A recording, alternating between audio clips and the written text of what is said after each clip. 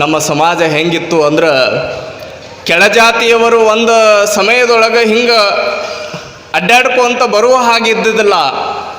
ಅವರು ಒಂದು ವೇಳೆ ಬರಬೇಕಾಗಿತ್ತು ಅಂದ್ರೆ ಅವರ ಉಗುಳುಗಳನ್ನು ತಾವೇ ತಮ್ಮ ಬುಟ್ಟಿ ಒಳಗೆ ಉಗುಳಿಕೊಳ್ಳಬೇಕಾಗಿರುವಂಥ ಸಂದರ್ಭ ಇತ್ತು.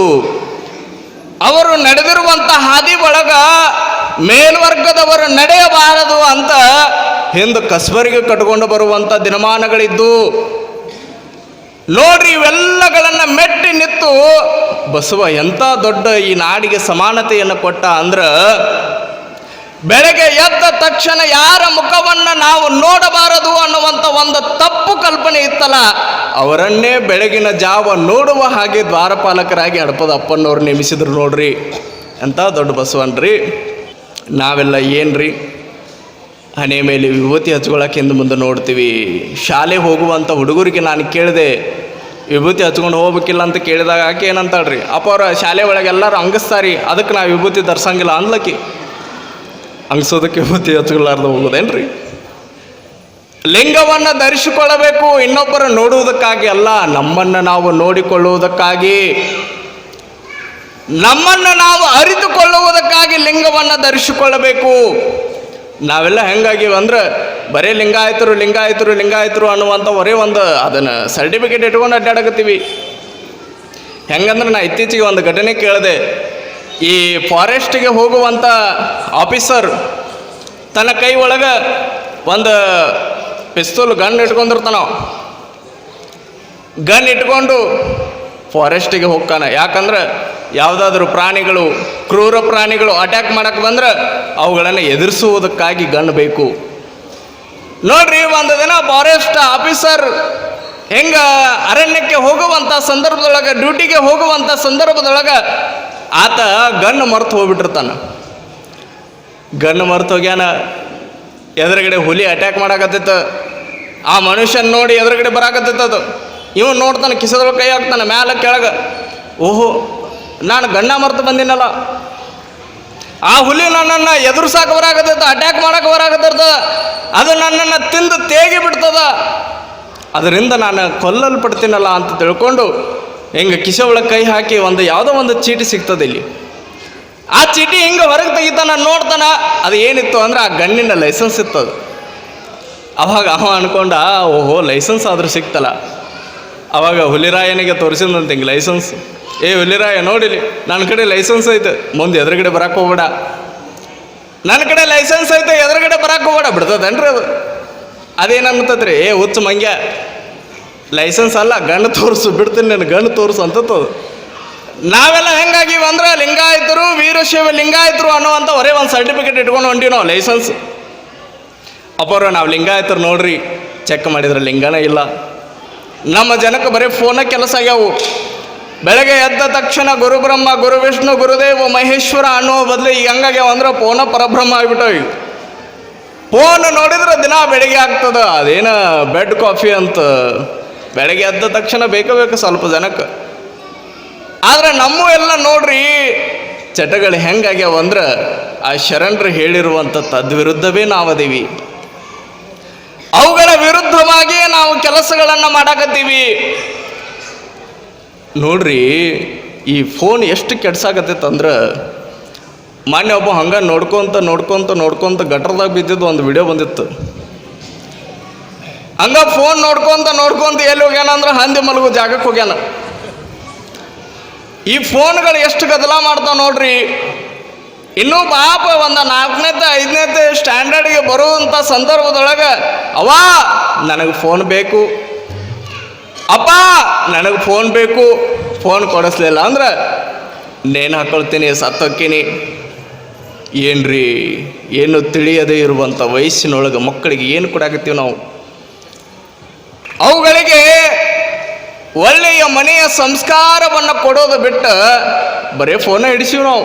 ಯಾಕಂದ್ರೆ ಬೆಳಗ್ಗೆ ಎದ್ದ ತಕ್ಷಣ ನಾವು ಟಿವಿ ಆನ್ ಮಾಡ್ತೀವಿ. ಅವು ಅಂತೂ ಶಾಲೆಗೆ ಹೋಗಿ ಹೊಳ್ಳಿ ಮನೆಗೆ ಬಂದು ಅಂದ್ರೆ ಫೋನ್ ಬಿಟ್ಟರೆ ಹೊಳ್ಳಿ ತಾಯಿ ಮುಖ ಅಂತ ಎತ್ತಿ ನೋಡಂಗಿಲ್ಲ. ಅವು ನೋಡಂಗಿಲ್ಲ. ಅಪ್ಪೋರ ಆಕಿ ಸುಮ್ಮ ಕೂಡಬೇಕು, ಅಳ್ಳಾರ್ದಂಗೆ ಕೂಡಬೇಕು, ಊಟ ಮಾಡ್ಬೇಕಂದ್ರೆ ಫೋನ್ ಬೇಕ್ರಿ. ಅಪ್ಪೋರ ಸ್ನಾನ ಮಾಡ್ಬೇಕಂದ್ರೆ ಫೋನ್ ಬೇಕ್ರಿ. ಕೈ ಒಳಗೆ ಫೋನ್ ಕೊಟ್ರೆ ಕೆಲಸ ಮಾಡ್ತಾಳೆ, ಎಲ್ಲಿಕ ಮಾಡಂಗೇ ಇಲ್ಲ. ಅಟ್ಯಾಚ್ ಆಗಿಬಿಟ್ಟಿವಿ ನಾವು.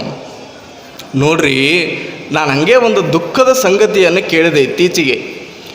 ಏನು ದುಃಖದ ಸಂಗತಿ ಅಂದ್ರೆ, ಬಹಳ ಜನ ನೀವು ನೋಡಿರ್ತೀರಿ, ಇತ್ತೀಚಿನ ಒಂದು ನ್ಯೂಸ್ ಒಳಗೆ ತಂದೆ ಬಹಳ ಬಡವ, ಮನೆ ಒಳಗೆ ಏನೂ ಇಲ್ಲ, 2 ಎಕರೆ ಇನ್ನೊಬ್ಬರ ಹೊಲದೊಳಗೆ ದುಡಿಮೆಯನ್ನು ಮಾಡಿ ತನ್ನ ಜೀವನವನ್ನು ಸಾಗಿಸುವಂಥ ಬಡ ರೈತನ ಮಗ. ಅಪ್ಪ, ಶಾಲೆ ಒಳಗೆ ಎಲ್ಲರೂ ಕೂಡ ಐಫೋನ್ ಇಟ್ಕೊಂಡಾರ, ಫೋನ್ ಇಟ್ಕೊಂಡಾರ, ನನಗೊಂದು ಫೋನ್ ಬೇಕು ಅಂತ ಕೇಳಿದ್ನಂತ. ಅವಾಗ ಬಡ ರೈತ ಅಪ್ಪ ಏನು ಅನ್ಬೇಕ್ರಿ? ತಾಯಿಯಂತೂ ತೀರಿಕೊಂಡಾಳ, ಪಾಪ ಮಗನ ಸಲುವಾಗಿ ಕೊಡಿಸ್ಬೇಕಲ್ಲ. ಅಪ್ಪ, ಎಲ್ಲರೂ ಫೋನ್ಗಳನ್ನು ಯೂಸ್ ಮಾಡಕತ್ತಾರ, ನನಗೆ ಫೋನ್ ಬೇಕು ಅಂದಾಗ ಇನ್ನೊಬ್ಬರ ಹೊಲದೊಳಗೆ ಕೆಲಸ ಮಾಡುವಂಥ ತಂದೆ, ಆಯ್ತು ಮಗ ಕೊಡಿಸ್ತೀನಿ. ಆತ ಅಪ್ಪನಿಗೆ ಏನು ಗೊತ್ತು, ಫೋನ್ ಅಂದ್ರೆ ಒಂದು 4,000 5,000 ಇರ್ಬೋದು ಅಂತ ತಿಳ್ಕೊಂಡಿದ್ದ. ಇವು ಬೇಕಾಗಿದ್ದೇನ್ರಿ? ಐಫೋನ್. ಎಟ್ರಿ ಅದಕ್ಕೆ ಕಿಮ್ಮತ್ತು? ಎಟ್ರಿ? 1,00,000 ಮೇಲೆ. ಹೆಂಗೆ ಹೇಳ್ತೀರಿ ನೋಡ್ರಿ, ಒಂದು ಐಫೋನದ ಬೆಲೆ 1,00,000 ಮೇಲೆ ಆಯ್ತು.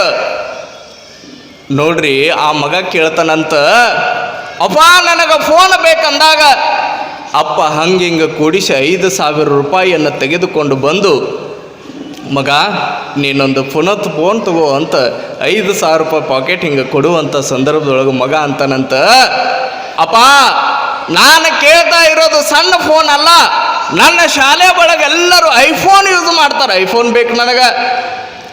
ಅವಾಗ ಅಪ್ಪ ಅನ್ಕೊಳ್ತಾನ, ಮಗ ಅದಕ್ಕೆಷ್ಟು? ಒಂದು 10-15 ಸಾವಿರ ಐತೇನ?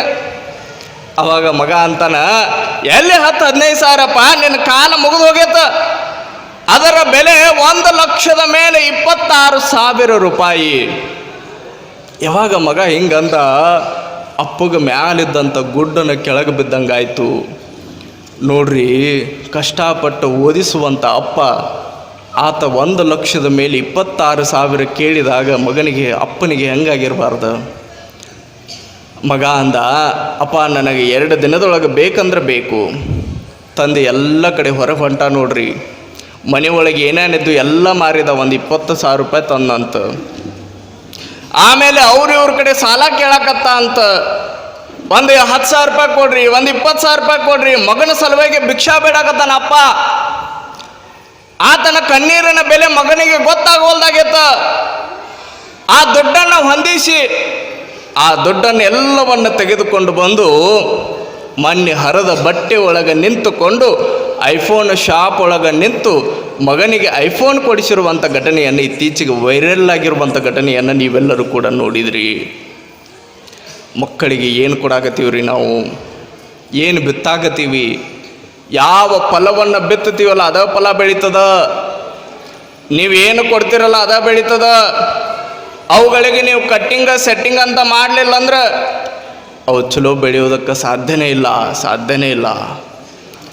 ಆಸೆ ದುಃಖಕ್ಕೆ ಮೂಲ ಅಂತ ಹೇಳ್ತಾರ. ಮನುಷ್ಯನ ಆಸೆ ಹೆಂಗೋ ಅಂದ್ರೆ ಒಟ್ಟು ಬೇಕು.